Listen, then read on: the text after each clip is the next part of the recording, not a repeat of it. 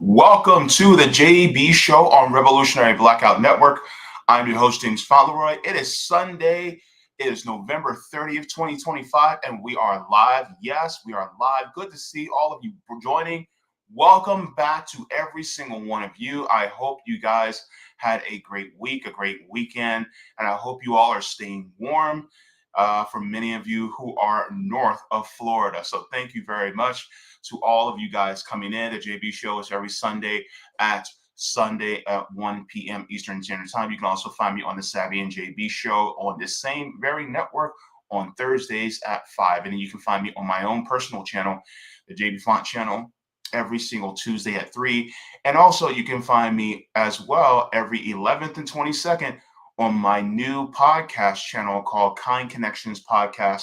You guys can find me there every single 11th and 22nd. Now, good to see all of you guys joining as well.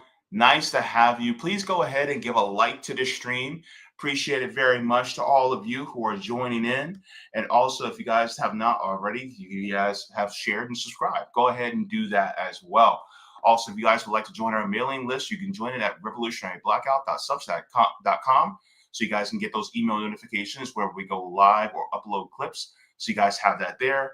And then also, if you'd like to get in contact with us, you can get in contact with us at revolutionaryblackout@outlook.com. Sorry, the caffeine just hit. So good to see all of you guys here today. I'm wearing my Lumberjack's finest right now.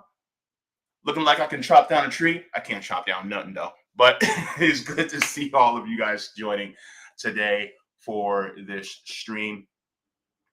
And we are going to be taking a look at what we're talking about today. So let me get into that. So while we're at it, let's get into this. So here we go with the thumbnail. All right. So we're going to be talking a little bit later about good news. A lot of the bad news that's presented to us is actually overrated. So we'll be getting into that, as well as we will be talking about freezing while black. This is going to be an interesting one because I think this is something that a lot of people miss out on. And so I want to get into this as well. This is definitely an issue that is involving those of us, especially in the Black community. And so I want to make sure that I get into this story. So good to see all of you here. Let's get into this right now.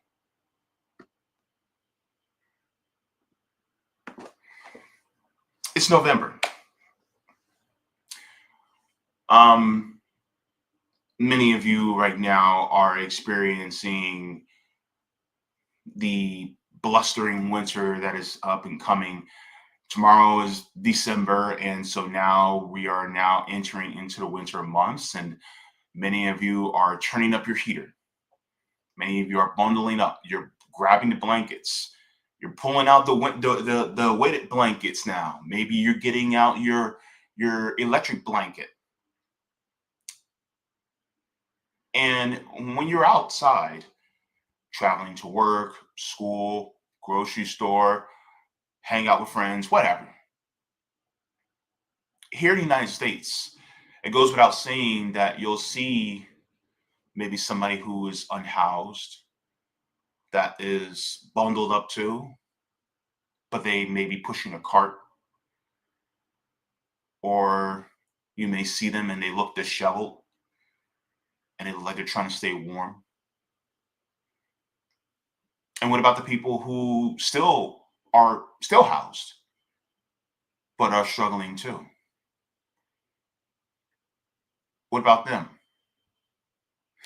I came across this story and I wanted to get into this, as well as I also want to talk about solutions that we can do in order to help our neighbors, especially for this winter, because I think this is going to be a huge overarching theme, because one of the things that I'm trying to do more of is not only present the problem, but also present solutions to help our fellow neighbors. And so in this, what we're going to do is we're going to talk about not just the issue, but the solutions that we can do in order to bring everybody together. So, you ready? Let's get into this. So, there is a story that I found that we have to pay attention to. Out here, it says Black families pay more to keep their houses warm than average American families. Let's get into it. It says rising energy costs consume a bigger and bigger chunk of family budgets in the United States. Our researchers found that for many African American families, those costs take an extra big bite out of their incomes. This bite, the percentage of the household's income used to pay energy bills, is called the household's energy burden. Households with high energy burdens struggle to adapt to rising prices. The U.S. Energy Information Administration reports that more than 12 million households keep their homes either colder or hotter than is actually comfortable, especially in an effort to keep control of energy costs. And 24 million households report having had to forego food or medicine at least once in their past year to pay utility bills. Baby, boy, do I know about this.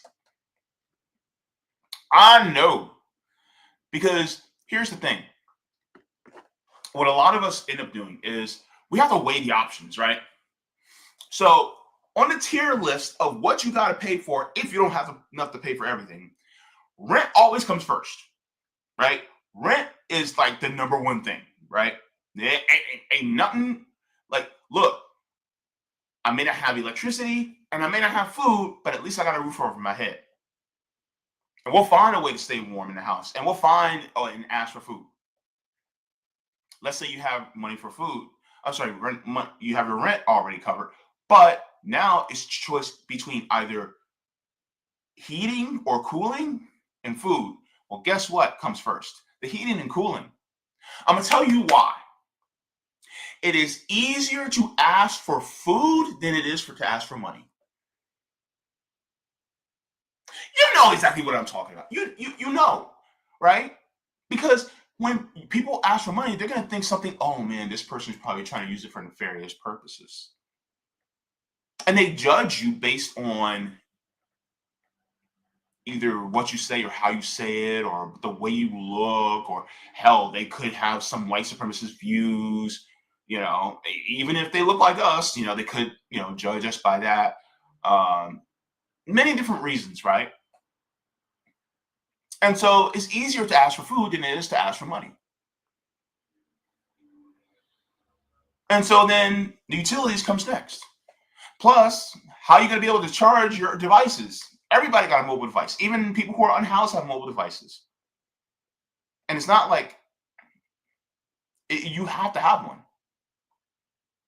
That's the way the world is now. So everybody has to have one. And how do you keep it charged? How do you connect to the internet? You need electricity. But also, many of us, how we keep our houses warm. Some of you, how you keep your houses warm, also maybe through gas companies, right? And so it's easier to do that. That's just the sad reality. And that's what living in the system is. So let's continue on. It says also studies indicate that people facing high energy burdens often turn to unsafe heating sources such as space heaters, stoves, or fireplaces, and are at higher risk of asthma, depression, premature mortality, and poor self-reported health. One recent study of 2019 data found that those burdens are not spread evenly across the country or across society. Specifically, families living in majority Black census tracts spent 5.1% of their income on energy, significantly higher than the 3.2% share spent by average American households.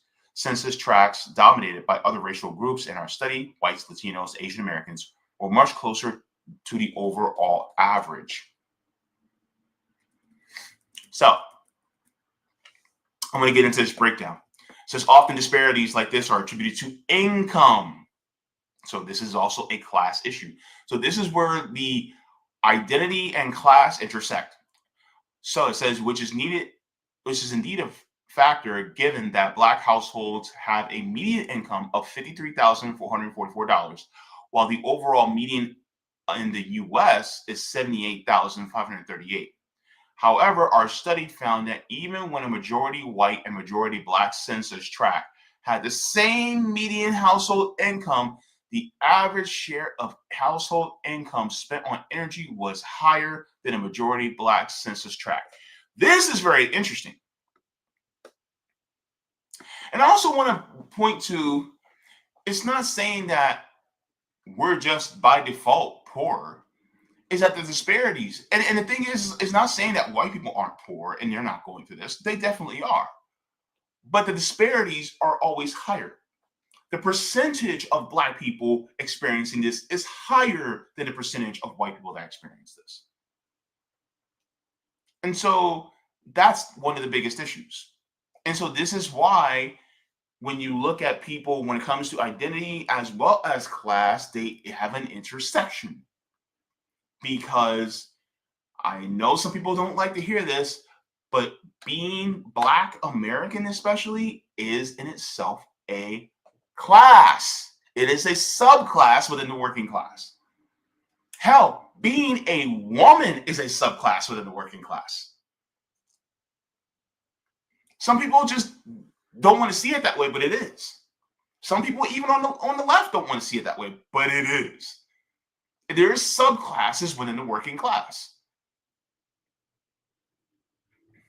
And so this is why even when it comes to us having the same income, we're still below in different ways. So let's continue to get on this.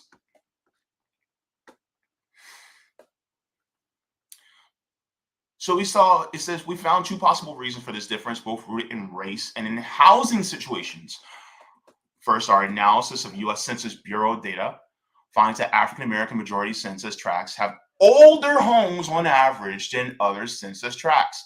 Older homes often have lower energy efficiency due to less insulation, single pane windows, and gaps and cracks in the building structure, especially around windows, doors, and chimneys.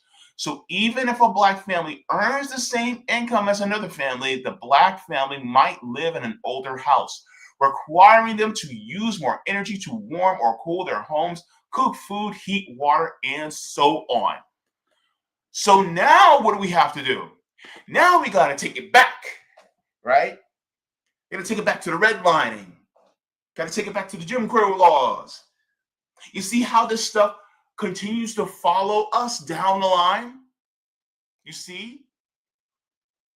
Let's get into also when it came to doing home improvements, right?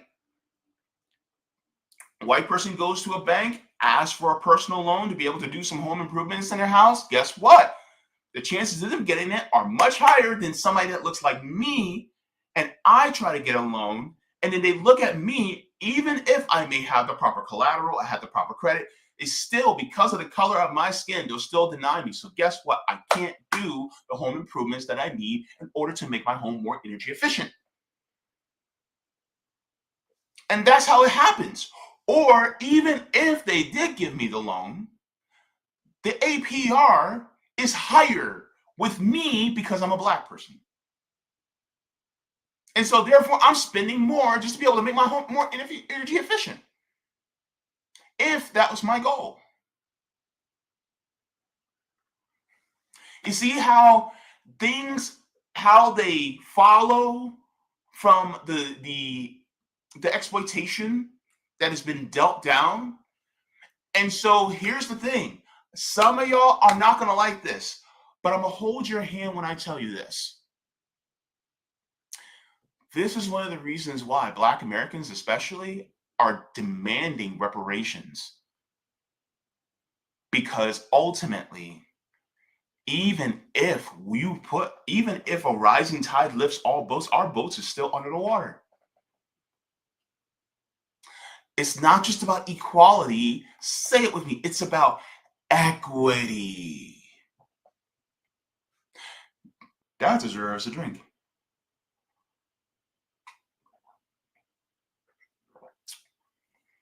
But that's the thing, right? This is some of the things that we talk about, right? Because we don't just need to talk about equality, we need to talk about equity when it comes to different marginalized groups and also marginalized demographics. And that's why the system has to end, because it exacerbates the disparities within marginalized groups and demographics. And so we see this disparity in front of our eyes when it comes to what's going on with Black people in this country.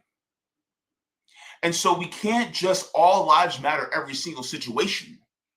We also have to tailor the liberation according to the group's needs that are in this exploitative state.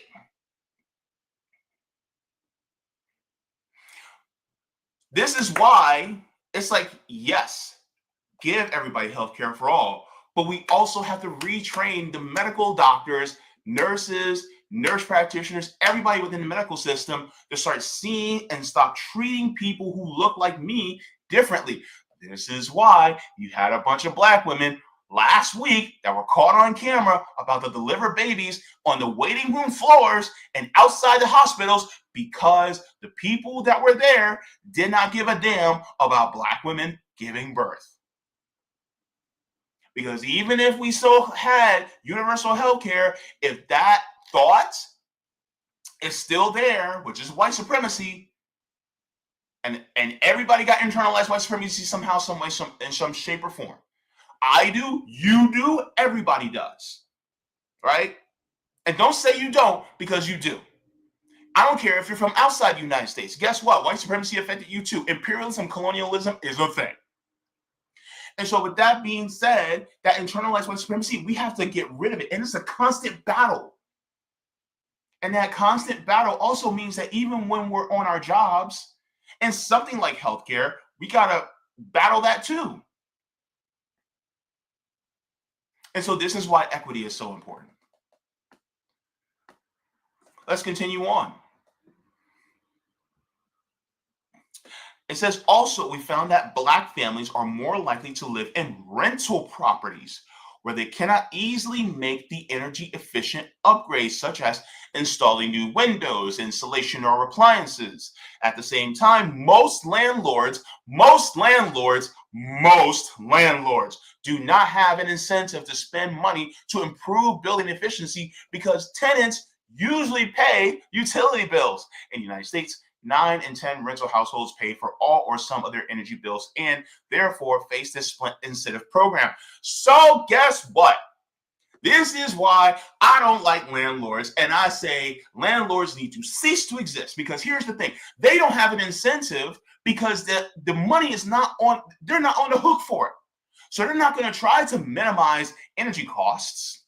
They're not. Technically, if they actually did, it would actually work out better in your favor, because that would mean that if the renter is spending less money on utility bills, that means there's more money that could be spent paying the rent. But greed is a motherfucker. And guess who is greedy? Landlords. So guess what? And people can be like, oh, this person's a good landlord, blah, blah, blah. That's like saying they're good police officers. It is a horrible institution, and it needs to be gotten rid of yesteryear. All right. I'm not gonna sit here and, oh my goodness, but this person's a landlord and they're so nice.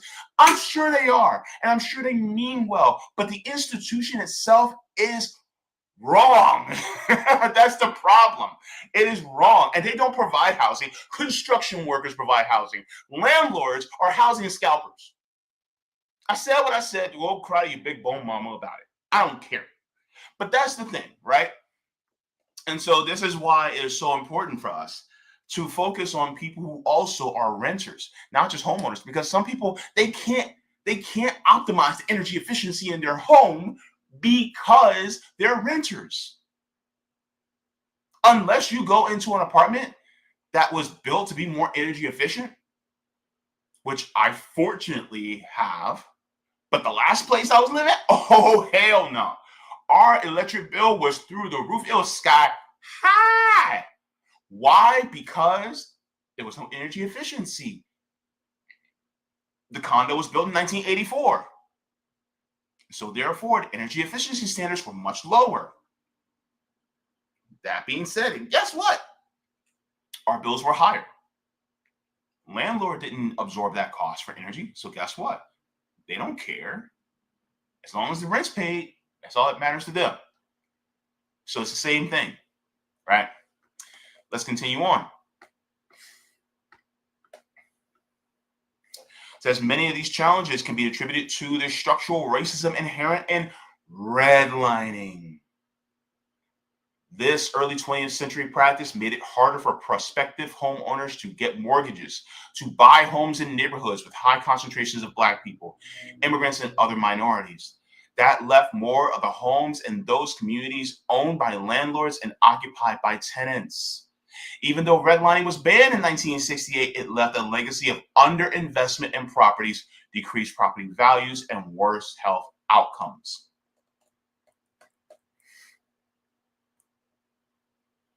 So this is one of the things that is one of the biggest factors as to why especially Black people are facing this. Let me read this also. Intersection inequities. Other factors also likely intersect to impose higher energy burden for Black families. Many of these were beyond the scope of our study, but are well documented. For example, energy support programs are notoriously underfunded and often hard to access, especially for families without the time or connections to know about them or understand application requirements. So this also goes into the story that I spoke about, I think it was a couple months ago, where Donald Trump, the Trump administration, actually cut funding for LIHEAP. What is LIHEAP? LIHEAP is an acronym for Low Income Home Energy Assistance Program. And it's basically a safety net for people who are lower income to be able to get energy assistance to pay for their utilities to heat and cool their homes. Now, I have used this in the past, and you're only allowed to apply 2 times a year. That's it. And once you apply your 2 times, you cannot do it again until the next year. And the times for you to apply are either in the hottest months of the summer or the coldest months of the winter, because then when it's hot, you need that air conditioning. This is Florida. It's humid. It's hot.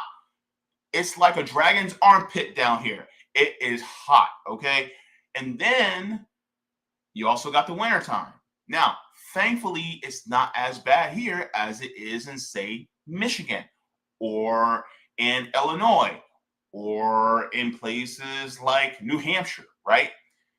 But even still, it still gets cold to the point where people can still get hypothermia and freeze to death, right? So, of course, we still need LIHEAP, and everybody else across the United States needs these energy efficient programs. Also, you got to remember, there are a lot of people who are also disabled. And so somebody like me, when I was on kidney dialysis, I mean, if there was, no air conditioning, I would be subject to being overheated. And then you got to think about those of us who are on dialysis that also may have things like a perm calf, which we can't get wet. And if you start sweating and if bacteria gets in that thing, you're in the hospital, because then you'll catch an infection because you're sweating and you're in a home that's hot and you can't get out of it. That's one of the biggest issues. So this is why people were outraged at the cutting of LIHEAP funding by the Trump administration. And who does this affect? You and me, the working class. It doesn't affect the rich because they don't use LIHEAP. And so that's one of the biggest issues. And a lot of these programs, even the ones that are the part of the nonprofit industrial complex, they'll say, oh, we'll help you, but we have to make sure that you'll be able to afford it next month. But here's the problem. If your bill is high every single month and you're working all the hours that you can, no matter what you do, you're going to, even if you got help with it, you're not going to be able to make it next month. And the problem is that these places, they won't help you unless they know, oh, well, you'll be able to get it next month. All right, then we'll help you. But if you're unsure if you'll be able to afford it next month, they won't help you for this month. Trust me, I went through the process. I know exactly what it's like. Thank you so much, Christian Service Center.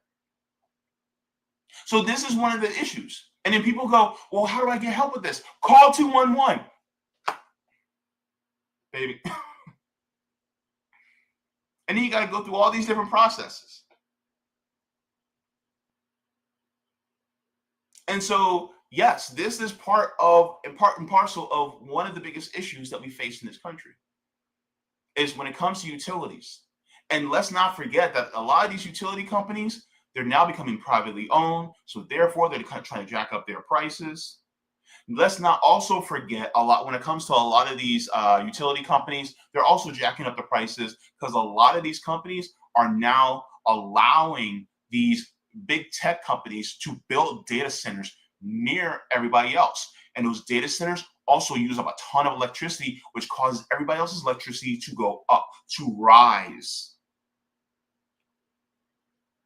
And let's say, hypothetically, they have a data center that's built near them.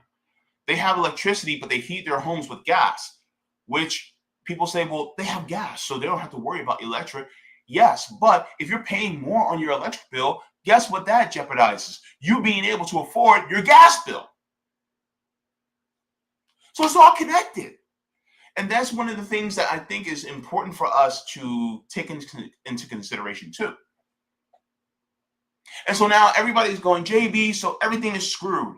What do we do about it? I will tell you what to do about it. Because all is not lost. And one of the things I think it is good for us to do is look into ways in order to help our neighbors. If you are in a position to do so, I think this is how we maintain solidarity with one another. Okay? Let me share this with you guys. So, even though Trump cut the funding, still utilize whatever's there. Here is LIHEAP, low income home energy assistance program, right? And it talks about what LIHEAP is. And then all you guys got to do is really just go online for your state, and there are LIHEAP programs for your state, right? Like we have LIHEAP for Florida. You may have a LIHEAP for Wisconsin. It could be for Michigan. It could be a LIHEAP for Washington State. It could be a LIHEAP for Texas. It could be a LIHEAP for North Carolina. It doesn't matter. But just look for the LIHEAP in your area. Navigate it and see how you can apply. If you're not applying for yourself, try to help somebody who needs to be applied. Take your laptop or take your phone, go there, sit with them and get their information and help them apply for LIHEAP, right? Because the problem is that some people, they may not have the bandwidth or the wherewithal. Some people are probably so stressed that it causes you to not really think as clearly as you want to. Remember, disease of despair affects our mental mind, our processes. And so it may have, our thoughts may be more foggy, when it comes to things like that. So keep in mind that people who are in diseases of despair, it's harder for them to be able to concentrate too. So be that assistance for them, right? Even if they seem able-bodied and things seem, even if they seem, on the younger side, right? They may be in their, 40s or 30s or even 20s. Still help them because they're still trying to navigate these things, right? Be there for your neighbors. And so this is one way that you can also help assist other people. There may also be other energy assistance programs within your state that may exist in some states and may not exist in others. And so try to see if you can help them apply for these different energy assistance things, right? Here's another thing that we can do. And I made a little bit of a list, and I'm just going to read it off of what can be done for people who actually, you know what? Here's what I'll do. I'll enlarge, and then I will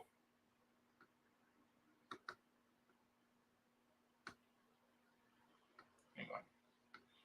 Let me see. I will enlarge, and then I will shrink it down. Let me see if I can do it.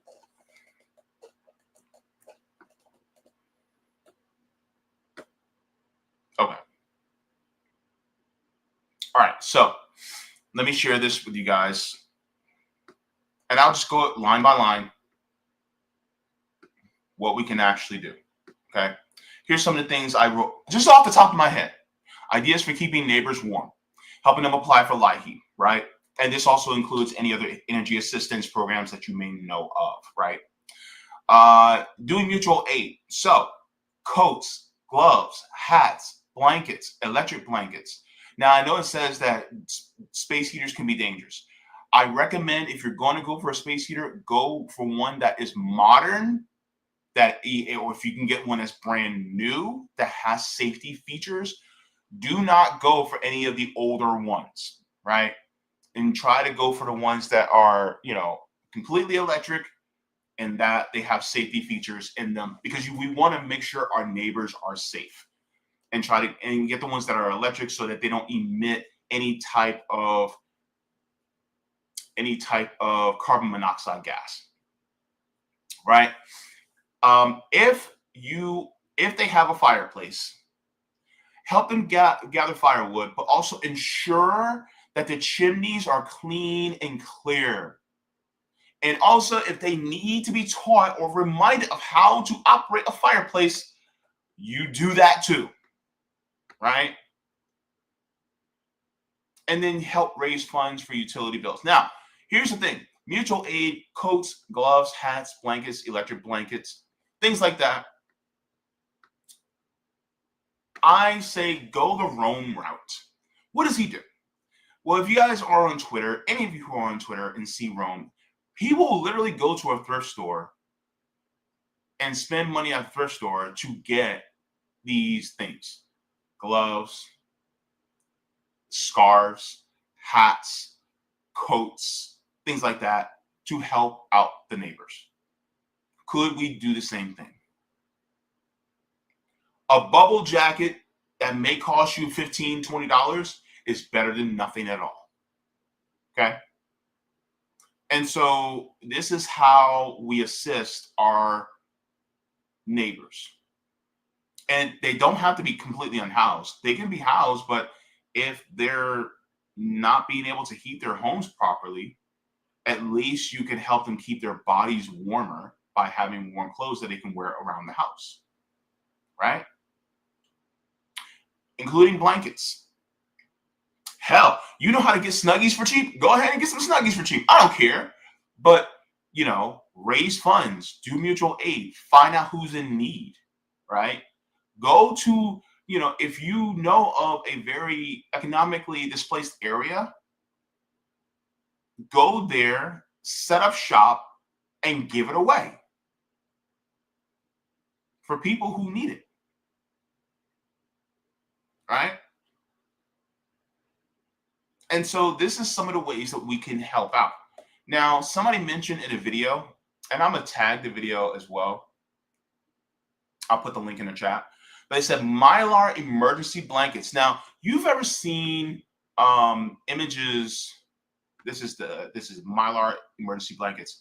You ever seen those videos or pictures of people in immigration detention centers, and they have those, it almost looks like foil, and they're, and have those blankets on them?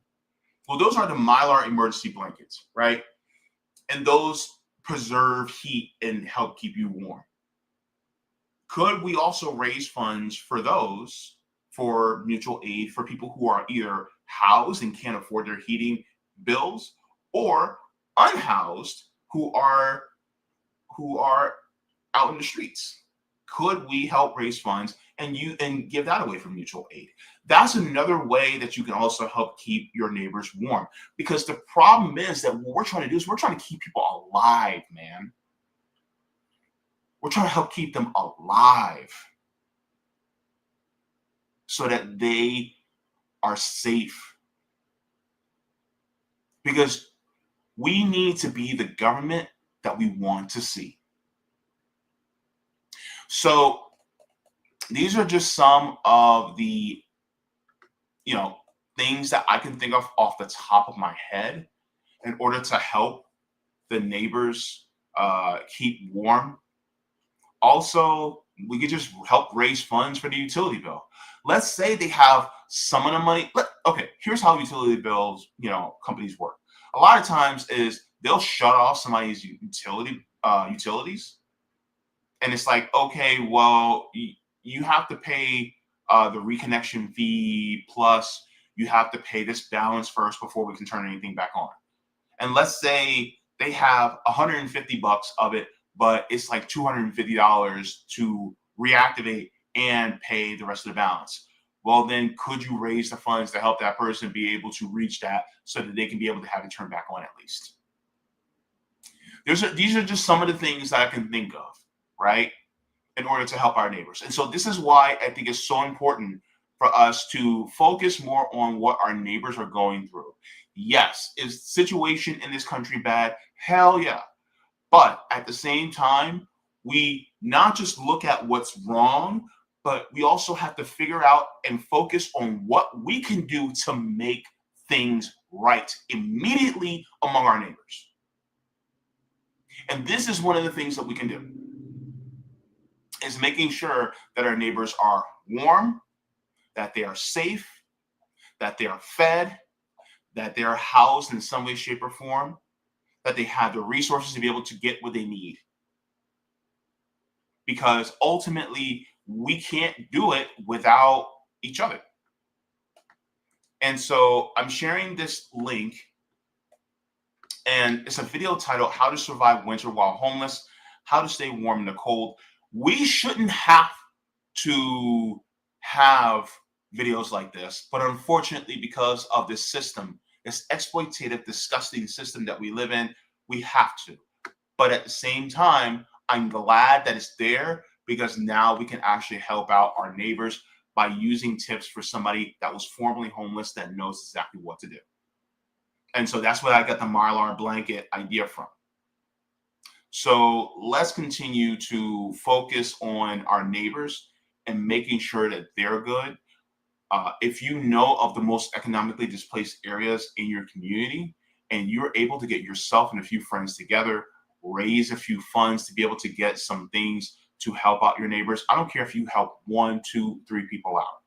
And those are 1, 2, or 3 people who you've probably saved the lives of. And that's what matters, because those lives are invaluable.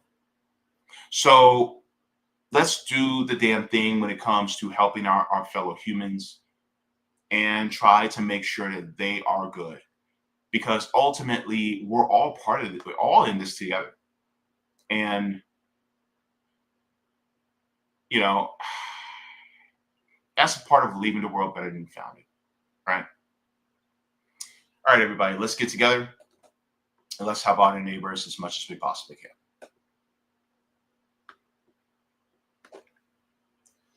All right, everybody, go ahead and give a like to the stream. Thank you very much.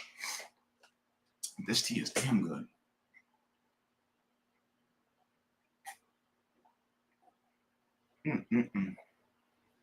And yes, 4 tea bags. I'm crazy. I live like a rock star, baby. All right. Let's get into the comments. Let me check to see if we have any Rumble rants. And then if so, we'll get to those. And if not, we will get to... Okay, we're good on the Rumble side. Let's go into the Twitter chat. Not Twitter chat. The YouTube chat. My bad. Okay. All right, guys.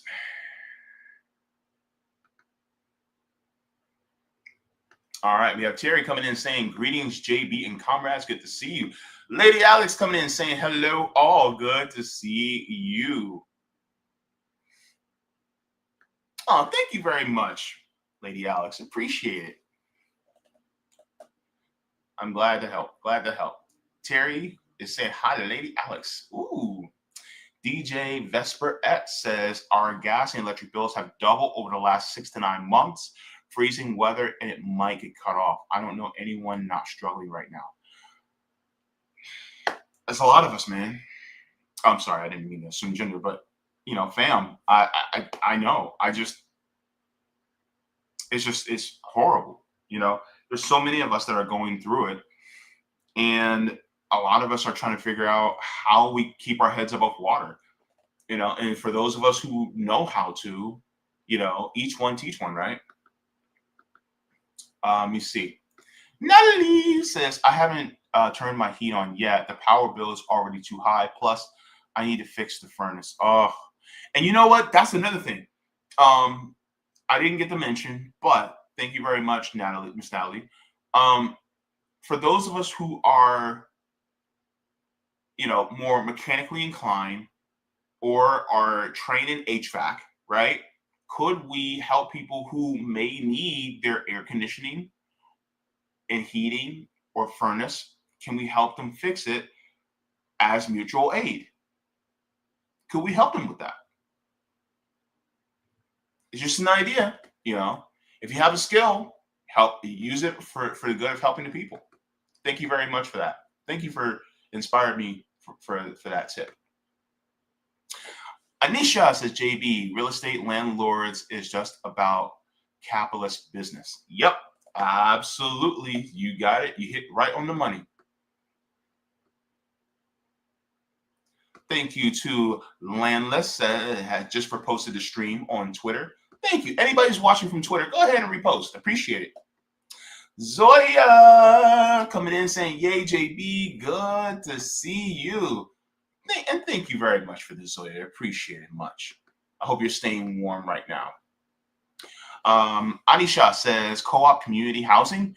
Don't know if it works in the U.S. Here in Uruguay. Hey, I didn't know you were in Uruguay. Hey, how you doing? Says people get together, put money towards buying land and form a co-op and build the homes themselves. You got to have the money though. Yeah, that's the only thing. However, there is opportunities to be able to do that. I know Roger Meadows, I think he's in the chat. He actually kind of opened me up to the idea about community land trusts as well, which is a way that keeps housing affordable too. So if you can actually go in on housing with others in order to be able to do that, especially when it comes to like buying the land, I think that would be great. Or look, hey, if you actually have land that you inherited from your family and you could, of course, check with the rest of your family if it's, inherited. Or if you have your own plot, then great. You don't need to, but see about building something on your plot, right?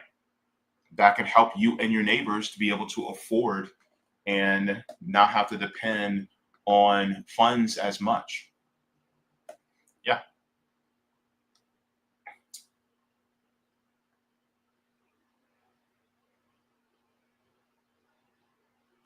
Ooh, Lady Alex said, I'm going to concentrate on engaging in my community mutual aid. I'll go to the food bank and ask what I can do. Let's go, Lady Alex. Let's go. That's what I'm talking about. That's that revolutionary spirit. Thank you so much. Hey, there he is. Speak of an angel and he shall appear. Roger Middle says, we need to rebuild some of these Freedman homes out of hemp, which is great for insulation. Flame retardant hempcrete hardens in the winter to create a barrier against the cold, loosens up in the summer. Yeah. In fact, I actually did a great conversation with Joey Peltier about hemp, and hempcrete is great. It's basically taking hemp and making it into blocks, almost like concrete, except for it looks a lot lighter, and be able to build a home around hemp. It's crazy. And the thing is, like, you can take a flamethrower to it and it will not burn. Like, it won't catch fire. It's wonderful. It says to breathe a breathable, oxygenated cooling ventilation throughout the home.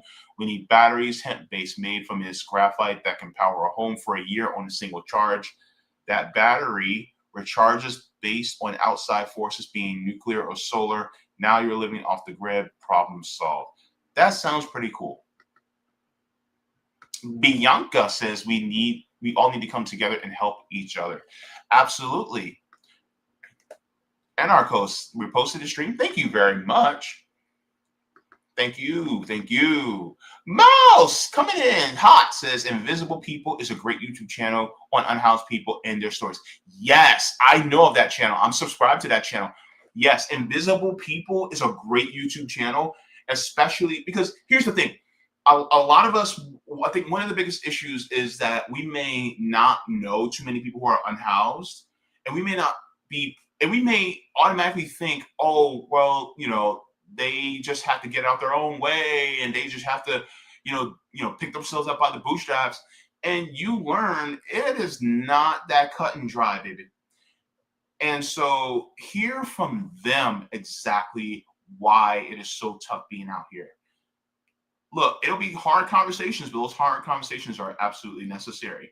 Go ahead and look at Invisible People. It is a great YouTube channel that talks about people who are unhoused, who are homeless, that are really going through it. And it talks about why this system really requires homeless people to exist so that they serve as a way to warn you that if you try to go against the system, you'll end up like them. They try to use them as examples so that you'll accept your exploitation. It's crazy wicked how this system is working. Roger says it's not giving me the option to send a super chat. I'm not sure exactly what's going on with that, but I'll have to take a look at it a little bit later. Let me see.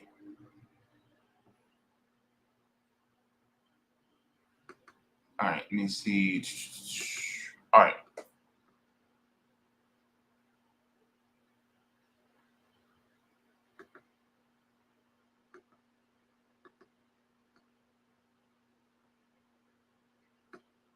Yeah, Mouse says just talking to unhoused people is the best thing you can do for them, but be safe. Yeah. And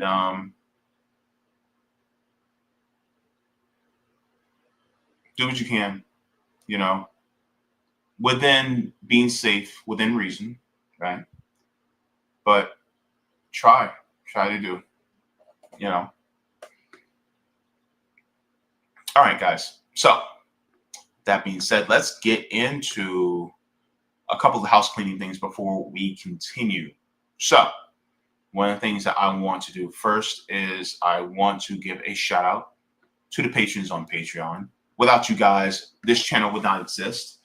And look, we try to not just talk the talk, but walk the walk here at Revolutionary Blackout Network. And we're trying to do more in regards to mutual aid. Thankfully, there was something interesting that happened last week, was that me and a few members from my mutual aid chapter, we actually went to a Medicare for All conference last week. And one of the things that we did was we felt it necessary to be there because you need radical voices in the room. And so that's why we were there. And the things that we brought up were doing direct action, general strikes, as well as doing mutual aid, building dual power in order to be able to shift the system. Because people already believe in healthcare for all, by and large. So it was to shift the narrative from depending on these politicians to depending on ourselves and to get this system out of the way because it's the biggest hindrance to us all. And so we're doing that as well as mutual aid on the ground. And so just want to thank you guys for supporting us the entire time. And we will continue to do this work until our last breath. So thank you so very much for that. So also there's another house cleaning thing that I would like to get to. And this one has to do with mutual aid again. So I have a friend. We've been friends for over 20 years. And he's gone into tough times. And he is not only trying to do for his community, but he is going back to school. And he's also trying to be a great example for his son. and he's trying to go back to school to become an RN. And so I would like to try to direct some attention to his GoFundMe. His name is Chris. So I'm going to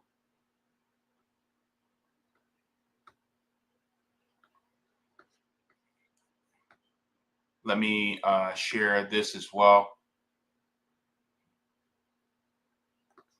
Okay. All right. So here's his GoFundMe. So this is the homie. It says help Christopher Anderson with nursing school journey. So he is trying to raise funds for him to go back to nursing school. And so I'll just read his story. And he says, hello, beautiful souls. I have decided to enroll in school to further my education and become a registered nurse. My desire is fueled by a commitment to self-improvement and a passion for helping those in need by providing medical and social service education, advocacy, and treatment. I currently engage in community volunteer work with the homeless population and I work a full-time job. To make this dream a reality, I am now adding full-time school, a commitment that leaves me with virtually no time, energy, or resources for myself. The most significant hurdle is my current insurmountable financial debt. The journey to balance my full-time work, volunteer service, and rigorous academic schedule is already intense. However, the relentless pressure of my existing financial obligations make it nearly impossible to sustain this path without severe burnout. I am overwhelmed with seeing this society suffer from the plagues of addiction, health crisis, homelessness, and violence pushes me forward. I am passionate about the RN profession precisely because it bridges the critical gap between social services and healthcare treatment. This journey is a challenging 2-3 year commitment, and due to limiting factors that affects financial aid and the majority of the tuition must be paid out of pocket, my existing debt load prevents me from focusing entirely on necessary studies and my service. I'm humbly seeking assistance with future tuition or school-related costs. Crucially, I am also seeking support to offset some of the financial debts that I can't just seem to get out from underneath. This is not about paying for class. It's about achieving financial stability necessary to remain enrolled and excel without constantly facing the threat of losing my job or having to drop out. Friends and strangers have identified me as generous, compassionate, kind person. Qualities I believe are essential in this field. He's also very empathetic, by the way. That's one thing I can definitely say, being friends with him for over 20 years. I am asking for compassion and support to continue in my path of school and volunteering, allowing me to finally pour from a full cup instead of constantly depleting an empty one. Achieving this degree means I can stop battling my own financial crisis and focus entirely on being of service to the broken system so many are trying to escape. I also have a 16-year-old son who needs a stable and well-rounded father. All contributions will be used for essential school materials and curriculum costs, as well as to relieve the pressure of my high interest financial debts. Anything will help, no matter the size of the contribution. I thank everyone who reads this and moved their hearts to help someone who is trying to do the right thing and continue to evolve as a human. This endeavor is ultimately for you, the beautiful people of this world who feel unheard, unseen, and seeking healing. So this is him. He is trying to get to school. So if we can get him any type of assistance whatsoever in order to be able to do that, here's the link in the chat to assist him as well. One thing I can definitely say about Chris is that he's been there for me more times than I can count. And so mutual aid has always been in his spirit, even though we never really called it that. That's part of his spirit. And so he cares deeply about the world at large. And he's very non-judgmental and just a beautiful soul. So if you guys can assist with that as well, appreciate it very much. All right, so let's get into the next subject that we're going to be talking about today. Now, here's that thumbnail. Good news. It is overrated. I can't wait to get into this. What is overrated? Well, we're going to be getting into that right now. And I really think that this is going to be something that's more in the positive direction so that we can actually kind of take a step back and breathe a sigh of relief.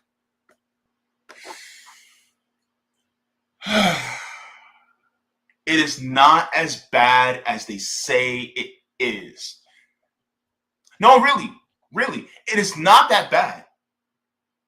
It's just corporations need you and me to be scared in order to keep us divided. What is it? It is fear. It is fear mongering that has been done in order to keep us at each other's throats or to keep us spaced apart so that when we look at each other, we see enemies instead of comrades.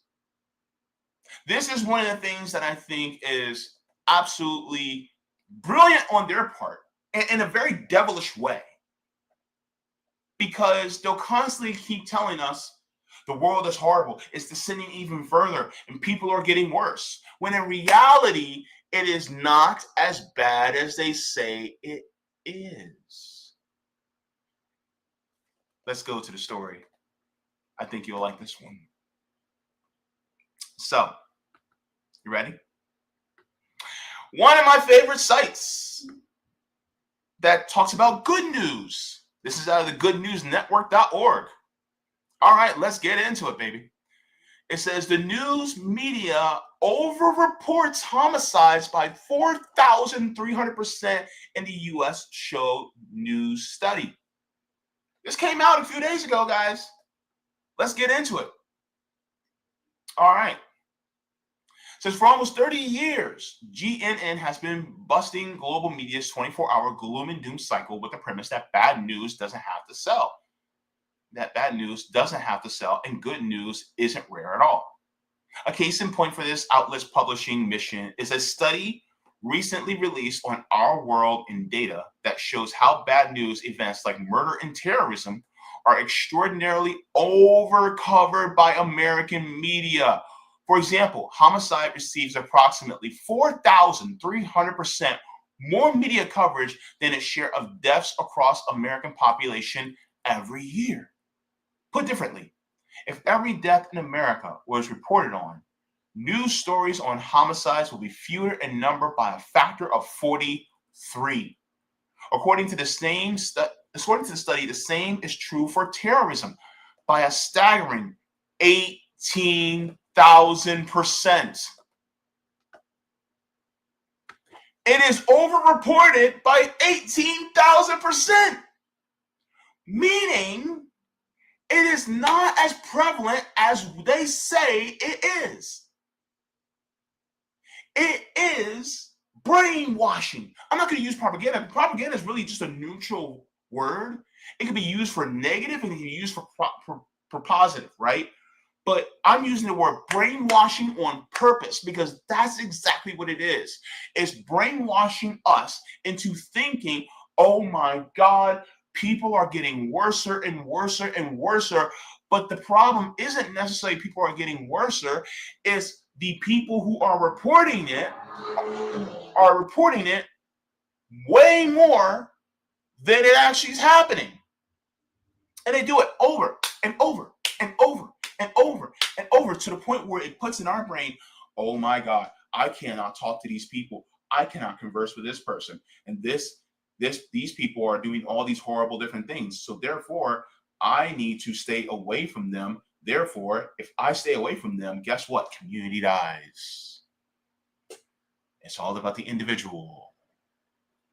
You don't talk to your neighbors. You look at them weird, right? And they'll say, oh my God, the crime rate is so high. When in reality, in a lot of these stories, crime rate is actually going down.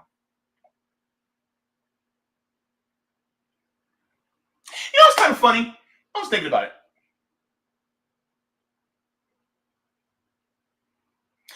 I wonder, of all the states where marijuana was legalized, did the rate of arrests drop? And if the rate of arrests dropped, by how much did they drop? And if they did, then that wouldn't that mean that crime went down, right? Also remember this: crime is commensurate with poverty. So therefore, if you lower the poverty, guess what? Then guess what? You could also lower the crime. It is not completely a one-to-one, but it has a lot of correlations. So therefore, if you lower the poverty, that means the gears that push desperation and lack of opportunity also go down, which means crime is less likely to be committed. But they got to keep it high. They got to keep it high. They got to keep it running. They got to keep it running. Got to keep it running. Got to keep it running. Why do they have to do it that way? Because they need you to be scared shitless. Otherwise, you'll start talking to your neighbors. You'll start saying, hi, how are you doing? You'll do what humans do. You will commune. You will congregate. You will talk. And they don't want you talking. They want you to shut up. They want you on Twitter. Yes, I still call it Twitter. I don't care. The hell with Elon Musk. He can go fly a kite for all I care. I'm being nice because it's YouTube. But they want us arguing with each other on Twitter. In reality, there's more that unites us than that divides us. And that's the beautiful part. Yes, am I an eternal optimist? You bet your ass I am. I'm trying to, and I also try to be realist, which I appreciate my comrades because they try to keep me grounded in that. Yes. Sometimes they got to take these rose-colored glasses I got on my nose and they got to, hey, you got to be real. Okay, fine. But also, it's not as bad as the people who run these corporate news sites say it is. Let's continue on. All right. It says, relying on Media Cloud, an open access platform for media analysis, the team behind the study analyzed news headlines covering the 12 most common causes of death in America, plus homicide, drug overdoses, and terrorism, as these were perceived by the authors to receive an outsized share of media coverage. The team then gathered news stories from 3 of the largest news outlets in America: the New York Times, the Washington Post, and the news website of Fox News. Their criteria was set to ensure the stories focused on these causes of death as the topic rather than in passing. Quote, heart disease and cancer accounted for 56% of deaths among these 15 causes, but together they received just 7% of the media coverage. The study team consisted of Hannah Ritchie, Tuna Asiu, and Edward Mateo, found and wrote in their presentation. So, rare but dramatic events such as homicides and terrorism received more than half of all media coverage, despite together representing less than 1% of all deaths in America. Events such as homicides and terrorism received more than half of the media coverage, despite together representing less than 1% of all deaths in America. I'm telling you right now, heart disease is more of a problem than terrorism. Kidney failure is more of a problem than homicides.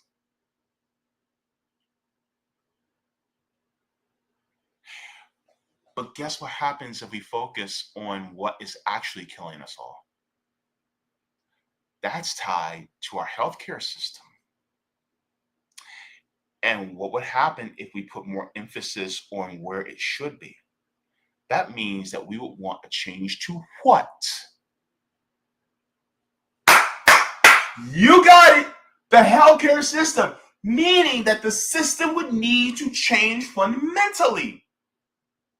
So they can't focus on it, because then that means it'll wake you up. If it wakes you up, then guess what? The billionaires, the corporations, they lose their money. They lose their funding. They got to keep you scared so that they can still sit in their ivory towers and polish their G6s and their super yachts. That's the problem. It's not as bad as they're saying it is. 1%? 1% between homicides and terrorism? Heart disease does way more than that. Heart disease literally affects it 7 times as much. But yet we don't talk about it. Nowhere near. Let's continue on.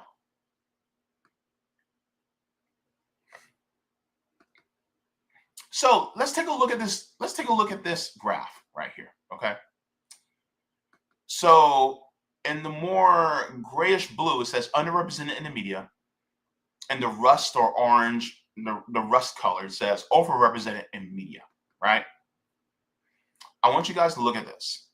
So it said homicide accounted for less than 1% of deaths in the US, but received 43% of the coverage in the New York Times. This means that they were hugely overrepresented in the media, 43 times more.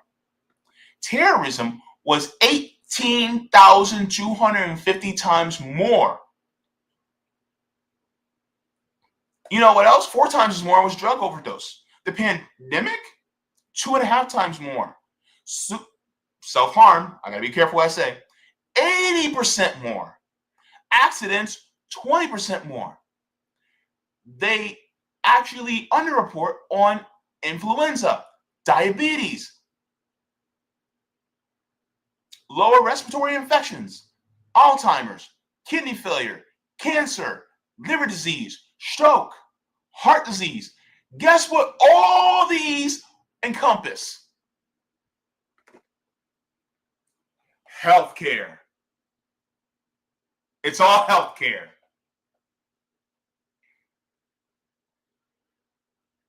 If we actually tackle the underlying causes of a lot of these diseases, then guess what that means? That means the system would need to change. That means we'd have to leave a for-profit system and have a system that's focused on people instead of profits. That means that we would actually have to change the system fundamentally overall and make it so that it no longer focuses on profit at all. Why are these underreported? Because the corporations want them underreported, even though they are the things that are killing us more than homicides and terrorism.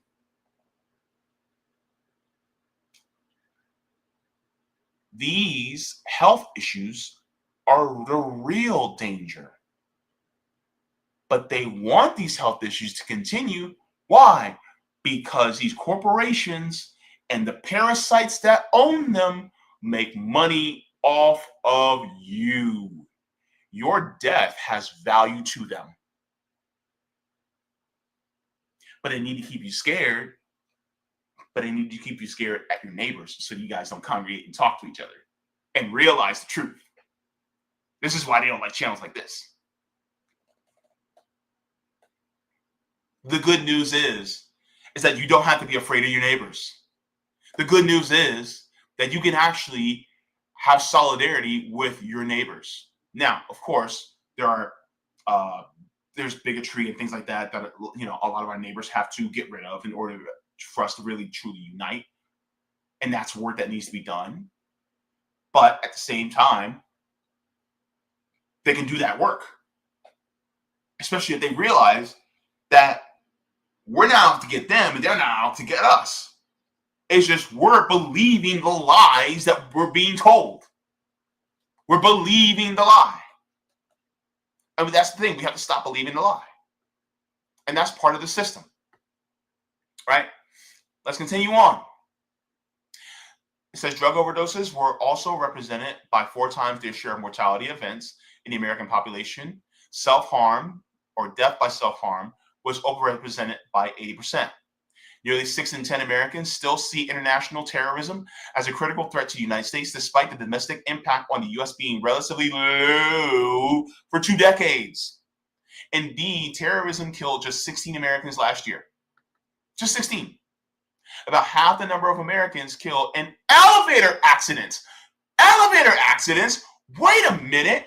Elevators actually killed more Americans than terrorists. Baby, I'm telling you right now, are you guys still going to stop going into elevators? I mean, I went into the elevator, a couple weeks ago?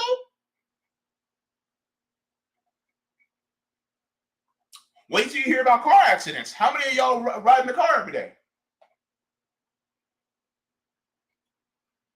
I don't know about you and me, but it sounds to me that they're just trying to sell you a bill of goods that ain't worth nothing. Sorry, but I'm getting all the tea out of these tea bags. Oh, get your mind out of the gutter. I need that caffeine.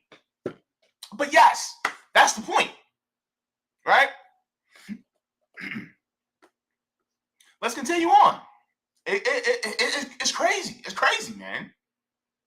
It said it doesn't appear to be down to a conspiracy media, but rather because American reporters are just following the absolute basics of storytelling. Now, here's the point. Heart disease and cardiovascular events kill 2,000 Americans every day. So the headline would be the same as yesterday's and the day before that with little variation. If you told me that there was a terrorist attack that killed 2,000 Americans every single day, for 365 days a year, would that make you scared out of your mind? You're damn right. But guess what? Because it's heart disease, we don't say a word. We don't say a peep. We just accept it.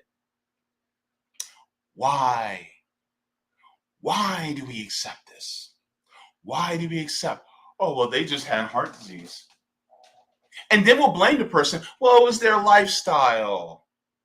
Meanwhile, you got companies like Campbell Soup that are saying, hey, one of the executives was like, this chicken is manufactured. It's basically manufactured meat.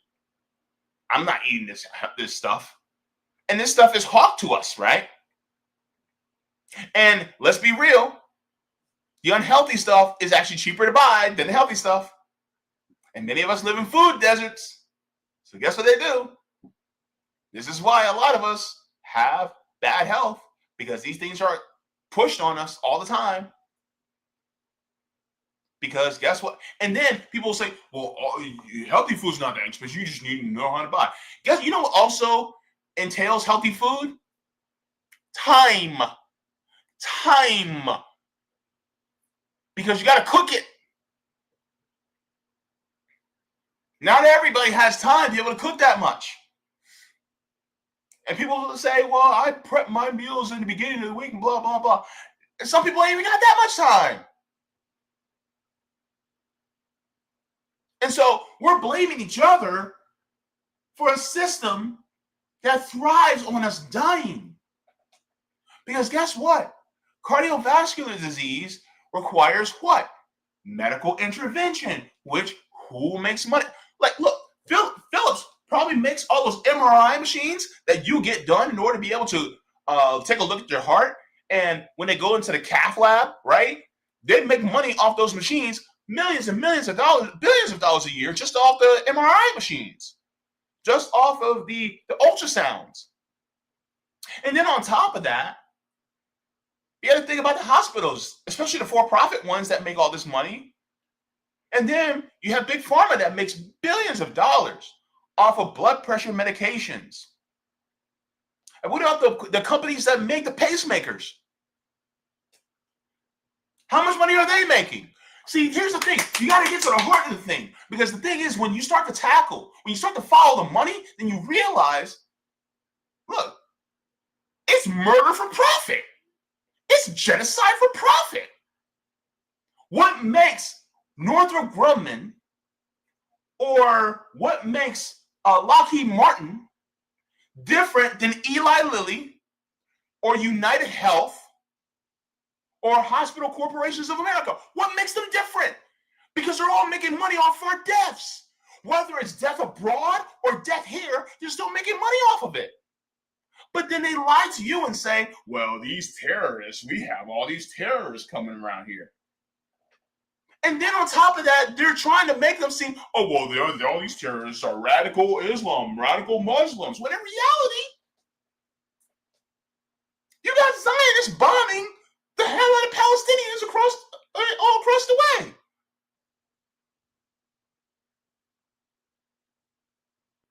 What? So they get you to separate from your neighbor. All because, because they wear a hijab? Or because they wear a burqa? What? Because you don't realize that person who may be walking around with a hijab on may be suffering from the same exact thing that you and I are suffering from, but because we don't talk to each other, because of the fear mongering, then guess what? We stay divided. We see them as different. All because who told us that? The billionaires and their stenographers. They're the ones that told us. Here's the thing.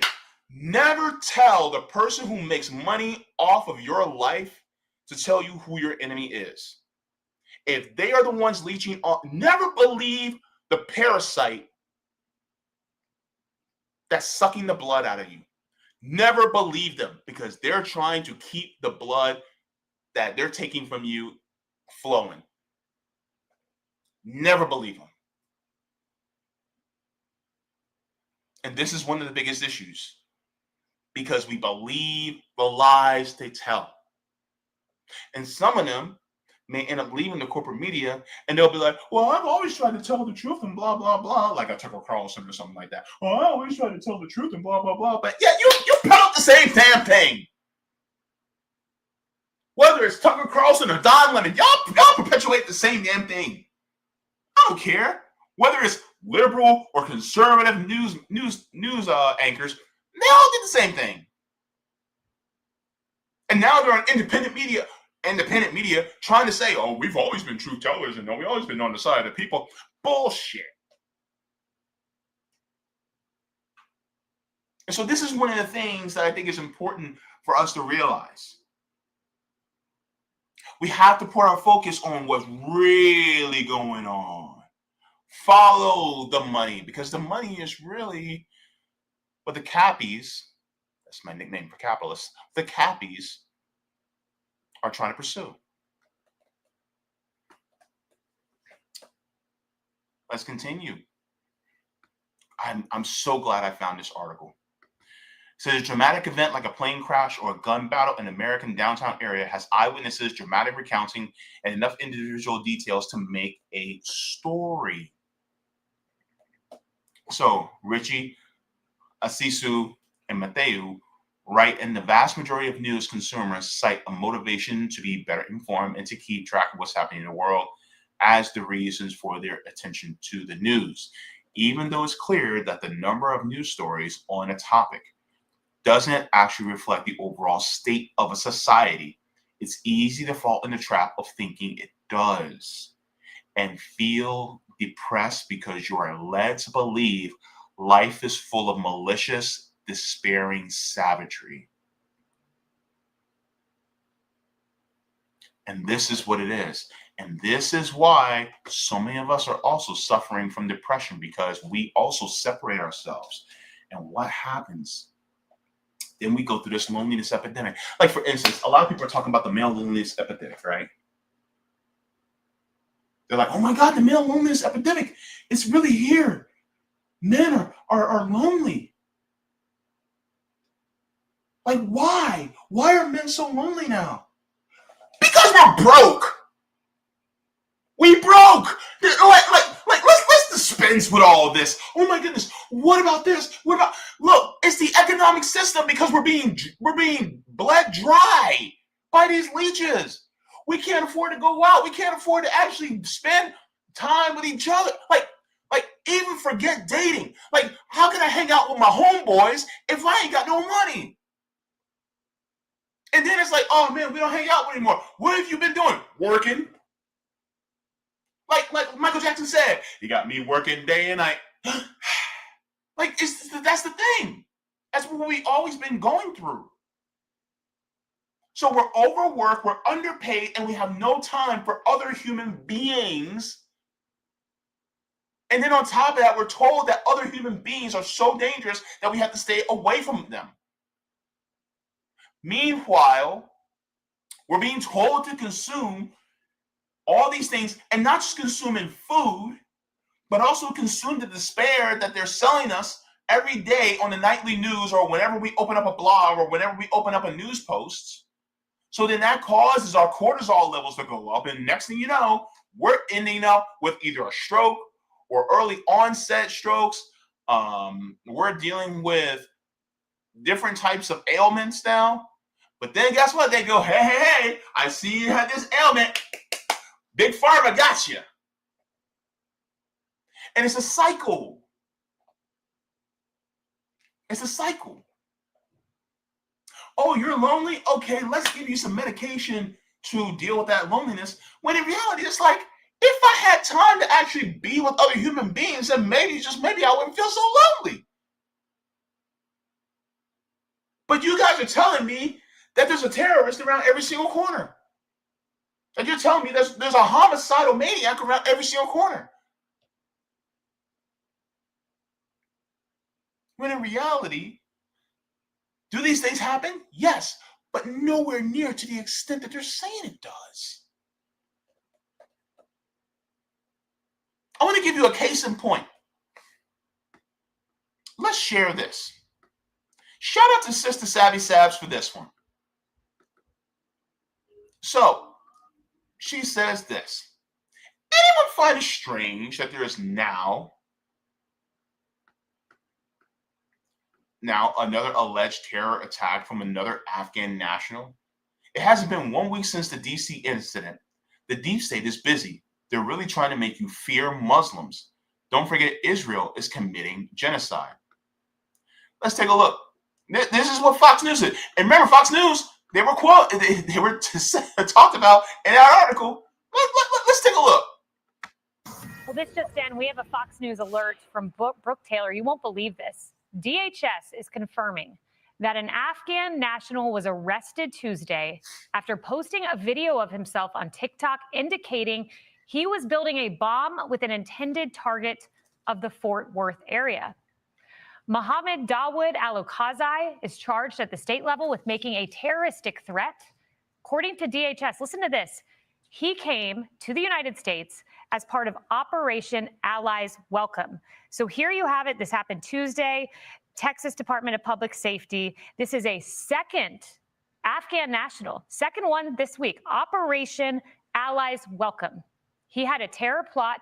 We know it comes the same week that deranged individual, that alleged assassin, took out 2 of our heroic National Guard, came here on the same program, Operation Allies Welcome, a program that we were assured time and time again by Mayorkas, by Jen Psaki, by Joe Biden himself was safe and secure.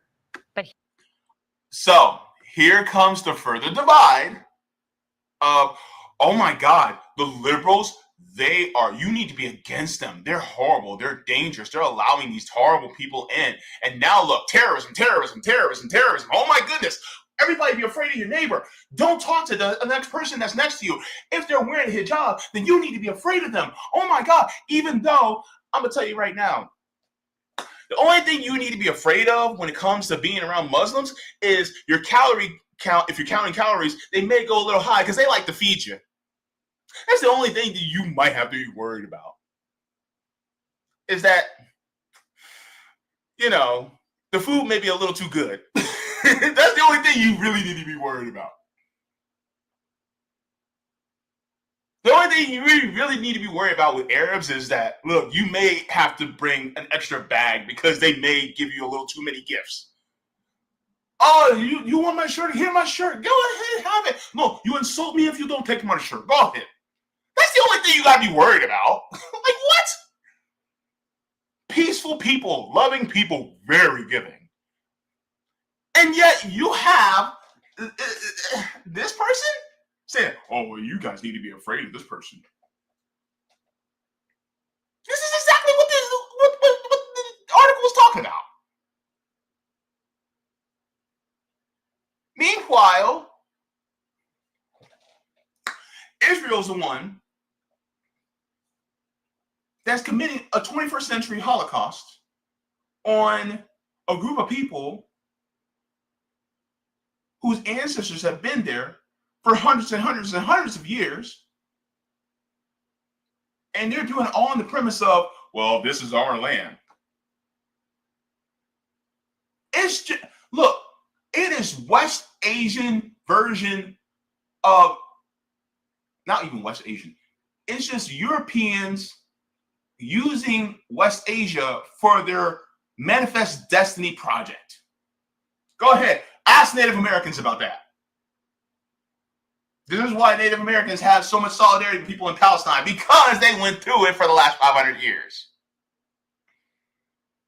And so, what did I say about how they will talk about things in order to keep you divided from your neighbors? And I could go back to look, who was Dylan Roof? Wasn't that a Christian terrorist? But how often do we talk about his religion? How often was he spoken of as a terrorist? Oh, you want me to go there? I will go there. Let's go there. Pretty much every single president since Washington was a terrorist. I said it. I said it. You want to know why? Ask the Native Americans. Guess what? They'll say, oh, yeah, all of them were terrorists. All the way up to Trump. From Washington to Trump. Guess what? They're all terrorists. Guess what, Black people? Every single president was also a terrorist. For us too. Black Americans, we know. Because what? They allowed terrorism to happen. Over and over and over. So if you want to see some terrorists, just go to 1600 Pennsylvania Avenue. They host them all the time. I don't know a time where we didn't have a terrorist as a president. So that's the thing, right? They don't want to talk about that one, but they want to talk about the ones who they suspect or ones that the FBI and CIA groomed in order to be that, or they push people who may have had some extremist views into being that, or they could be, getting some money from the FBI and CIA in order to do a psyop to make you think, oh my God, terrorism is so high. When in reality, it's overreported by over 1,400%. I'm sorry, that was homicides. 18,000%. 18,000%.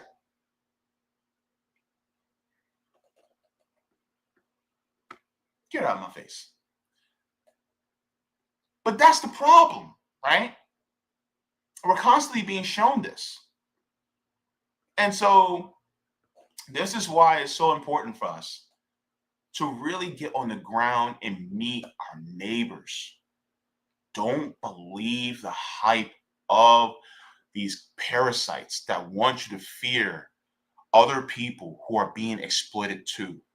Because once you start to realize that we all got the same boot on our necks, then guess what? Then we will make plans with each other to get up. And that's what they don't want. So what's the good news? It is not that bad. You don't have to fear your neighbors. You don't have to fear your fellow workers. All we have to do is come together and fight against a system that thrives on fear. And what we have to do, we just got to be brave. Because there are more of us than there are of them. And they fear monger because they're the ones who are actually afraid. You know what the one word we need to say to them is? Boo!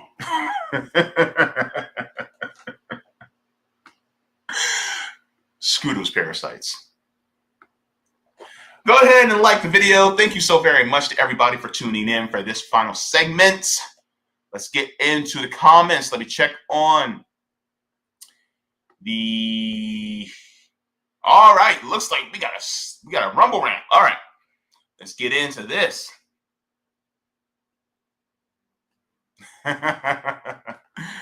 Oh, I like this one. I like this one. This one looks fun. All right. Thank you from Jimmy Apples. All right. Jimmy Apples says, hey, great work, Jaybe. Stay strong. Thank you. So also keep eating them good yapples. You know what? I should have one today. I think I got the Honey Crisp. My mom, she also went to the store and got the Golden Delicious. But yeah, I should get one after this. Actually, no, I need to have lunch. But yeah. Mm-hmm. And it's apple season too. Child, don't get me started. You know I haven't had in a while though? Apple pie. Man, I haven't had that in a long time. I'm getting some ideas now. All right. All right, let's get into the rest of the chat and see what everybody else has to say. All right.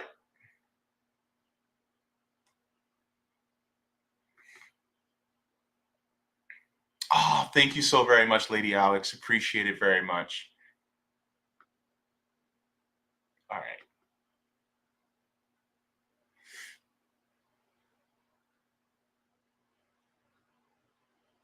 Roger, he says, they want us afraid to advance their surveillance minority report automation encroachment on civil liberties agenda. Right, absolutely. Zoya says legalization has been the worst thing to happen to marijuana. She said those who fought for legalization were arrested and destroyed so big corporate money can enter the game with no competition. That's also true. She said the quality has degraded. It's stronger, but there's no regulation over carcinogenic chemicals being used to create higher yields. Oh, yeah, that's a good point. Instead, legalizing has been decided to listen to how capitalism corrupts everything. Yeah, that's the only thing, too. That is a point. That is a point. Yeah. Anisha says Big Pharma wants 6 societies. Absolutely. Chief Madhu, good to see you. Gifted 1 Revolutionary Blackout membership. Thank you very much. Clap it up for Chief Madhu. Thank you so very much. Appreciate it. Mike says these corporations are the only one tentacle of the European neocolonial octopus. Yes, it says long ago our British owners vowed the U.S. would never be anything to rival the greatness of Europe. And over the centuries, they have consistently demonstrated their violent commitment to that end. Yeah, basically. Nika Wicca says British Empire to United States Empire. Mm-hmm. Samuel said so true. Yep.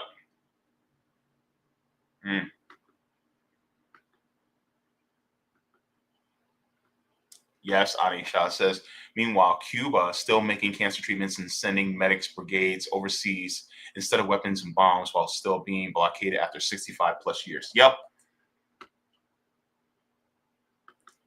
Q will be on that time, that life-saving time. Man, I'm telling you. Thank you very much for this, Peasants Revolt.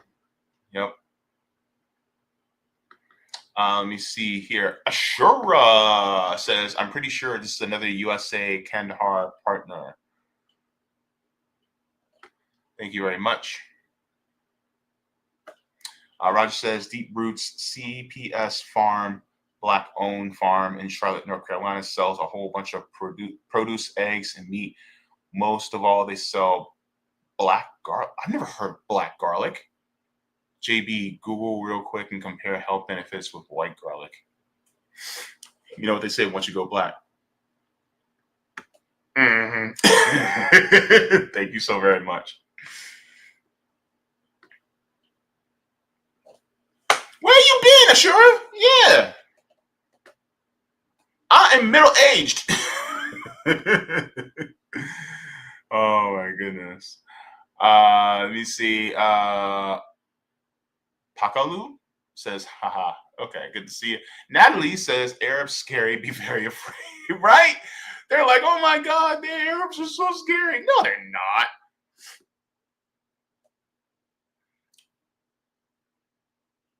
Don't look. Get around a bunch of Arabs. One thing you're gonna do is you're gonna eat. You're gonna eat.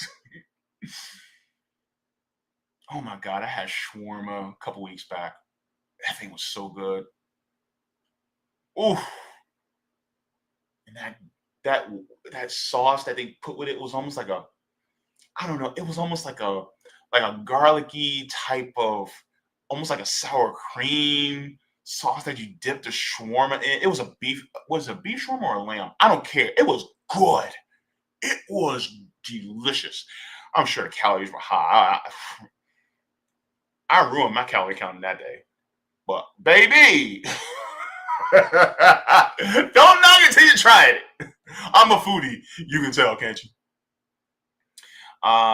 Earthling says they like to use scary mugshots to dehumanize and scare. Yup, absolutely. Omu hates you says damn four. Yeah, yep.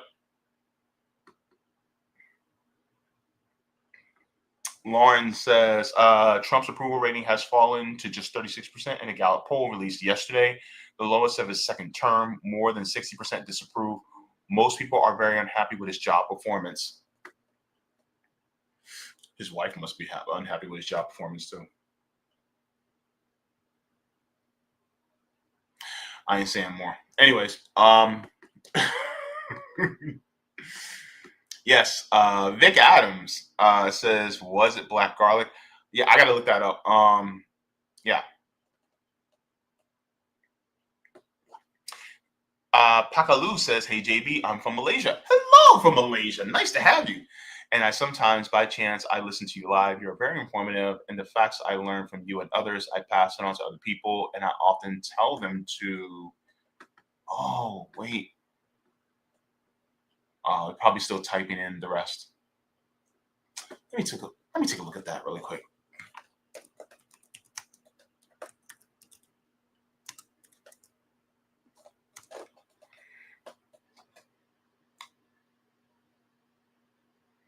Oh my gosh, hang on. What? Oh, to pass info on to others. Okay, thank you so very much, Pakalu. Appreciate it and welcome. Let me share this really quick. I gotta see if I can get my hands on this.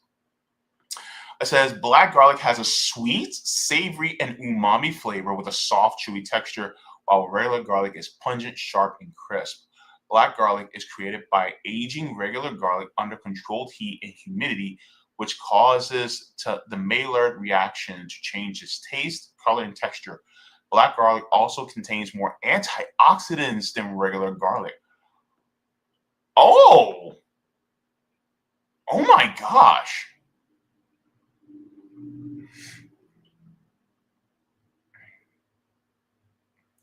Sees best uses gourmet applications, spreads, sauces, dressings, and even some sweet dishes. Health benefits, higher level antioxidants, amino acids, and other beneficial compounds. Ooh, I might have to see about getting me some black garlic. All right, guys. So, I will be heading out, but before I do, I just want to share that. Actually, let me share this right now.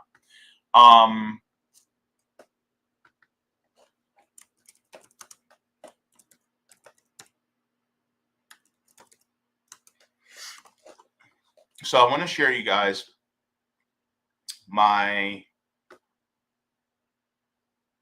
new podcast that you guys can see. So here is my new podcast that I have called Kind Connections Podcast. And this is going to be one that's going to be more general to different, it's going to be more general to different topics. So it's going to be ranging from science, history, art, culture. So I'm having these different types of conversations.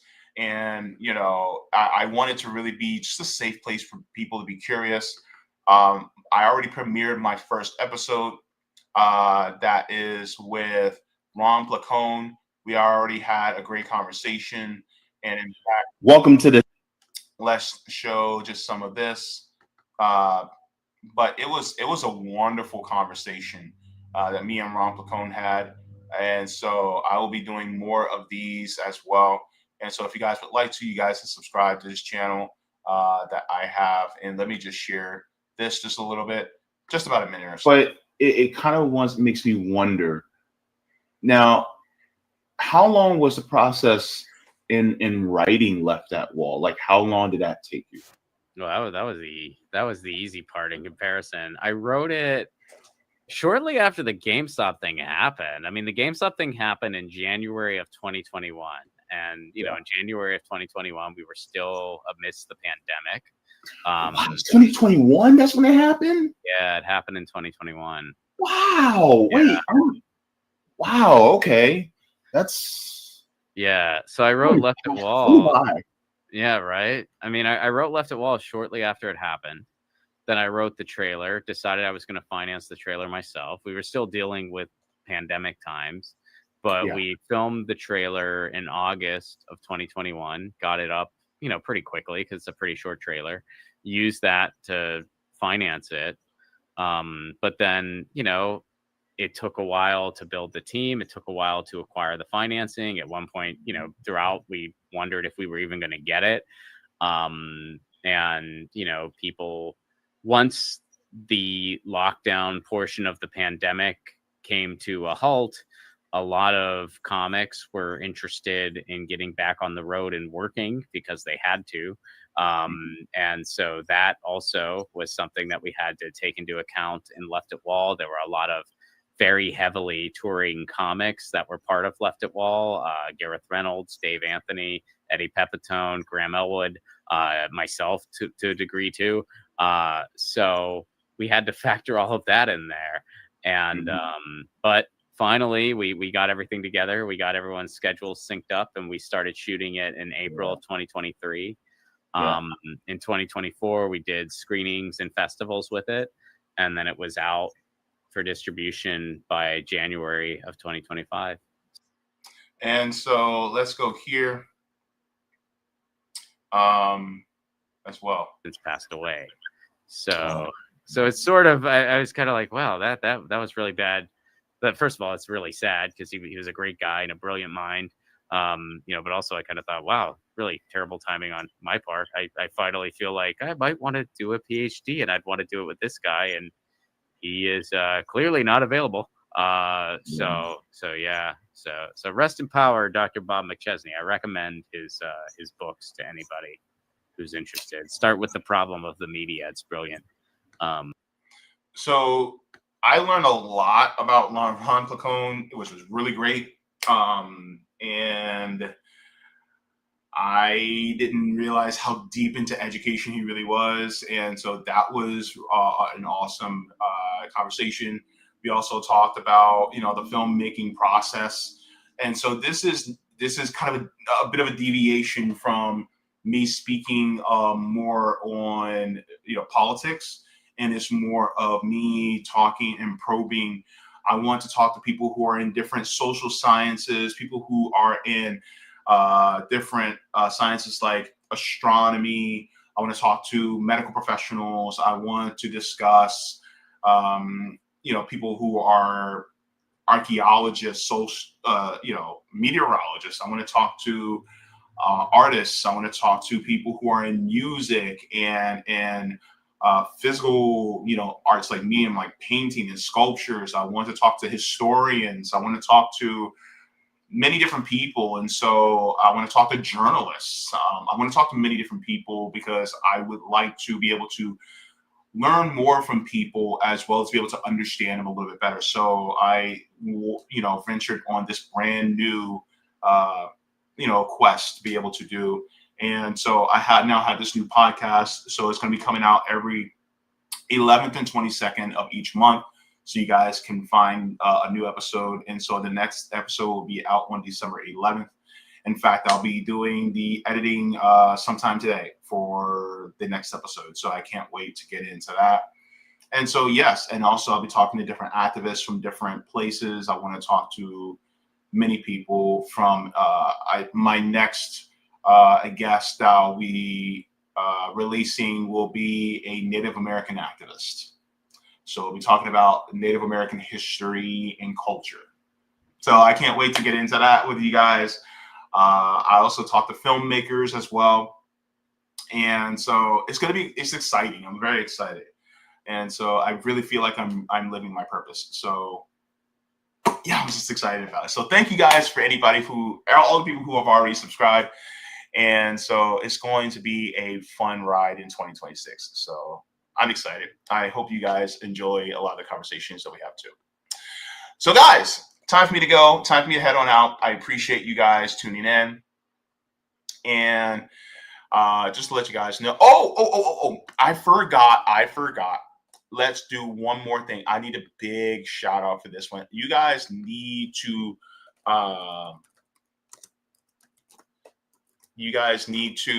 clap it up because I am excited for this. So if anybody didn't know, I got to give a big congratulations to my homie. Savvy Sabs just reached 300,000 subscribers. Clap it up for Sabs in the chat. Give clapping emojis to my sister. She reached 300,000 subs. I am so proud of her. Look, if I can drop a beat, I would drop a beat, but I ain't got it like that. But clap it up for Sabs. I am so proud of her. 300,000 subs. That's a big accomplishment, man. Part of the RBN family. So yeah, definitely that is exciting too. If you guys haven't subscribed to Savvy Sabs, what the hell are you waiting for? What the hell are you waiting for? Anyways, so shout out to her. Thanks for reminding me, Roger. I saw it. Give Savvy a big congratulations on reaching her latest benchmark. That was a benchmark, okay? She left her mark on here, boy. So I'm very proud of her. So thank you very much to everybody who has subscribed her already. Yeah. Roger says you need to reach 300 to get a beat drop. Kidding. Nice. Okay, guys. So tune in on this Thursday. I'm sorry, not Thursday. This Tuesday on my channel. I will have Peter Hager as well as Jim Perlman from Revolutionary Change channel on my channel, my personal channel, to be able to have a conversation about the news, stuff that's happening right now on the ground. So be sure to tune in this Tuesday at 3 p.m. Eastern Standard Time. And of course, the RBN Roundtable will be this Thursday because last week was Thanksgiving. So we're going to be doing it this Thursday. So thank you very much to everybody for tuning in. Water your plants, water yourselves, leave the world better than you found it. Smoke them if you got them, drink them if you got them. If you ain't got them, then watch something funny because joy is revolutionary, or read because reading is fundamental. I love you guys for being you, and you guys continue to make me a better person. So thank you so very much. And I am forever grateful. Mwah, forehead kisses. See you guys on the next one. Have a great night.